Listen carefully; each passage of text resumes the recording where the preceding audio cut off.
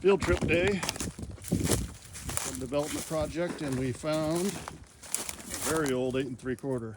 So it's torsion bar front end, but full frame. So probably, I don't know, 59, somewhere around there.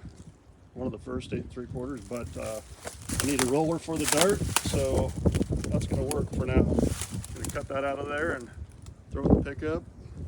Nothing else. An old Tornado and an old LTD, old step van, and Dodge van. Unfortunately, everything's junk, but we're going to cut that out of there real quick.